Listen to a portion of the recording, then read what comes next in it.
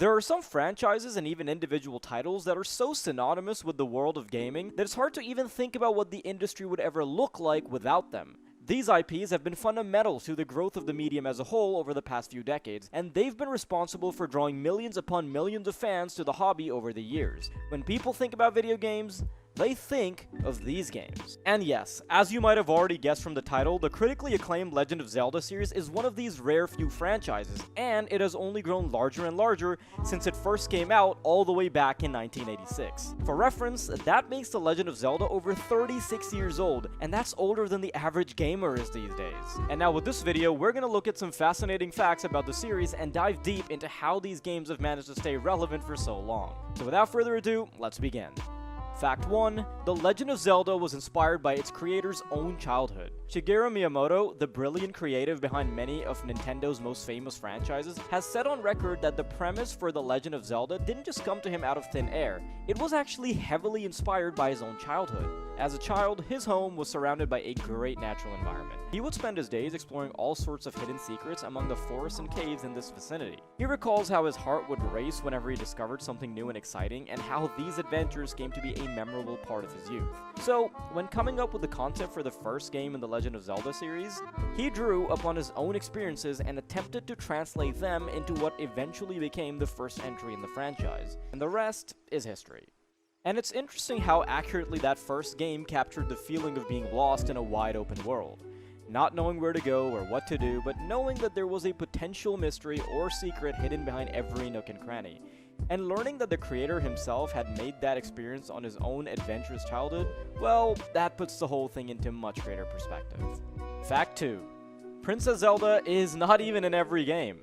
Now, you might think that a game series named The Legend of Zelda would feature the titular princess front and center in every single entry, or at the very least have her act in a supporting role in the story. But the reality is that the character from which this franchise derives its very name is in fact absent from 3 whole games. The first of these is Link's Awakening, in which she is only briefly mentioned at the very beginning. Instead, her role as Link's friend and companion is taken up by a young woman named Marin, who saves our protagonist when he washes up on the island that she calls her home. The second game to not feature Princess Zelda is Majora's Mask, which only features the character in an extremely minor role during a flashback. In this flashback, she hands Link the Ocarina of Time, and as a memento of the time they spent together, teaches him the Song of Time. After that, she doesn't show up in the game ever again, not in a memory or in person. Finally, the most recent title to not feature Zelda is Triforce Heroes. In it, our protagonist Link is called to the completely new kingdom of Hytopia to help them lift the curse placed on their own Princess Hyla. So not only does this entry not actually feature the iconic kingdom of Hyrule, it doesn't even feature Princess Zelda. Fact 3. The Legend of Zelda timeline debate. With the runaway success of Breath of the Wild back in 2017, millions of new gamers were introduced to the world of Hyrule for the first time, to defeat Ganondorf and rescue Princess Zelda from his evil clutches. And after that particular adventure was over, we know for a fact that many of these newly converted fans were more than eager to jump into some of the previous games in the series to see what they had been missing out on for all these years. So, one of the most obvious things that these players should have noticed is that not only does the Kingdom of Hyrule look radically different in many of these other games, so do Link and Princess Zelda herself. But why is that? Well, that's because the Legend of Zelda series is actually divided into 3 different timelines. Starting with Ocarina of Time, released in 1998, which, as the name implies, has something to do with time traveling, the Zelda timeline was split into 3 separate branches.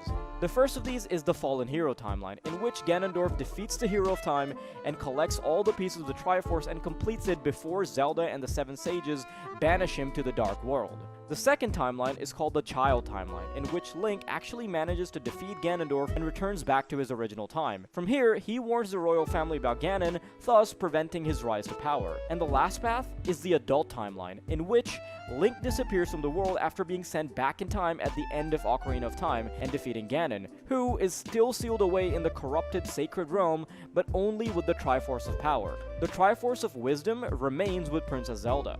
Each of these timelines have games in the series that are associated with them and follow in their path, but perhaps not as rigorously as one might expect. A lot of the stuff has been confirmed as canon, while some is still up for speculation.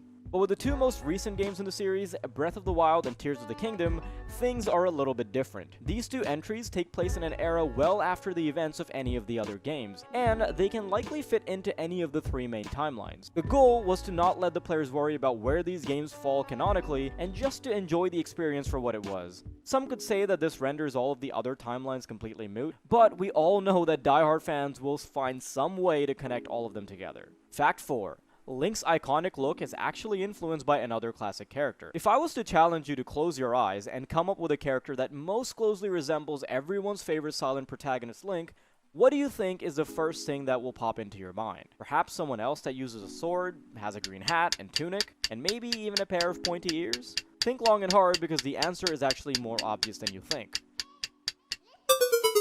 Did someone pop up in mind? Are you confident in your answer? Because if you're a fan of classic American animation, chances are that another magical boy probably popped into your mind. And yes, I am in fact talking about the one and only Peter Pan from the 1953 animated movie by Walt Disney Productions. In a 2012 interview with French video game site GameCult, Shigeru Miyamoto explained that when coming up with the concept of Link, he wanted him to be instantly recognizable. So when designer Takashi Tezuka was coming up with the basic concept of the character, he, as a Disney fan himself, decided to draw inspiration from none other than the boy who wouldn't grow up, minus the tights of course. And the end result is a look that is heavily influenced by Peter Pan, but at the same time has enough of its own charm that it has stood the test of time for decades. Fact 5. The Legend of Zelda could have been a sci-fi series. While The Legend of Zelda is synonymous with swords, magic, and just a general fantasy theme overall, there was once a point when the series could have gone in a completely different direction.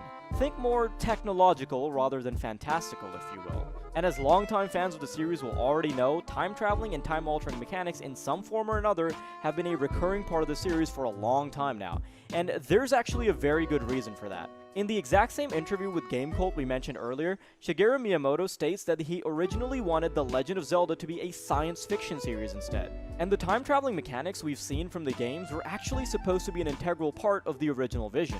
In the interview, he states that instead of a magical artifact, he originally envisioned the Triforce as being made out of electronic chips, and that the game would take place in both the past and the future. That's actually why the protagonist's name is Link, because he was supposed to serve as a bridge between the two time periods. And while the Sci-Fi Zelda game isn't what we saw with the end product, it's still fun to imagine what could have been in an alternate timeline.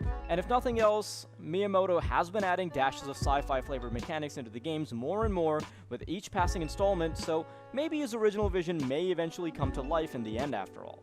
And so, that about does it for our video on the top 5 facts about the Legend of Zelda franchise. Is there anything we missed? Let us know in the comments, and of course, like, subscribe, and the whole shebang. You already know how this works.